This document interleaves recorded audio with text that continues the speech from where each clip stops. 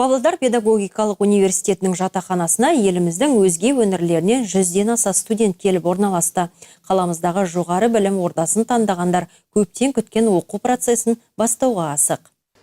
17 жасар ер жігіт Павлодарға Түркістан облысындағы Қазығұрттан келіп отыр. Қаламыздағы педагогикалық университетте дене шынықтыру және спорт мамандығын меңгеретін болады. Жатақханаға жайғасып, көптен күткен студенттік өмір шағының басталуын тағатсыздана күтуде.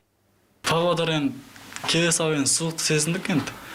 Енді кеше ғана келдік, бастамадық енді. Ені көреміз енді, не болатынды. Бәрі жақсы енді, арасу бәрі жақсы.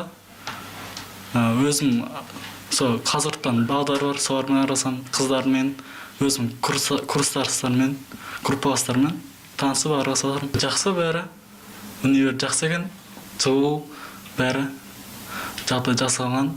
Оқу ордасының қызметкерлері тәулік бойы қаламызға алыс өңірлерден келіп жатқан бірінші курс студенттерін қарсы алуда. Қазіргі таңда жатақханаға 103 оқушы орналастырылды. Сабақ басталғанша коворкинг спеттес демалыс бөлмесінде бой жазып, жаңа ортаға ақырындап бейімделуде. Көңіл күйлері керемет, студенттік өмірді сағынған, көрініп тұр балалардан санитарлық талаптарды орындап, бүкіл жатақханада 50% норма, бір бөлмеде 2 баладан ғана жатқызып жатырмыз. Балалардың көңіл күйі керемет, жағдайлар жақсы.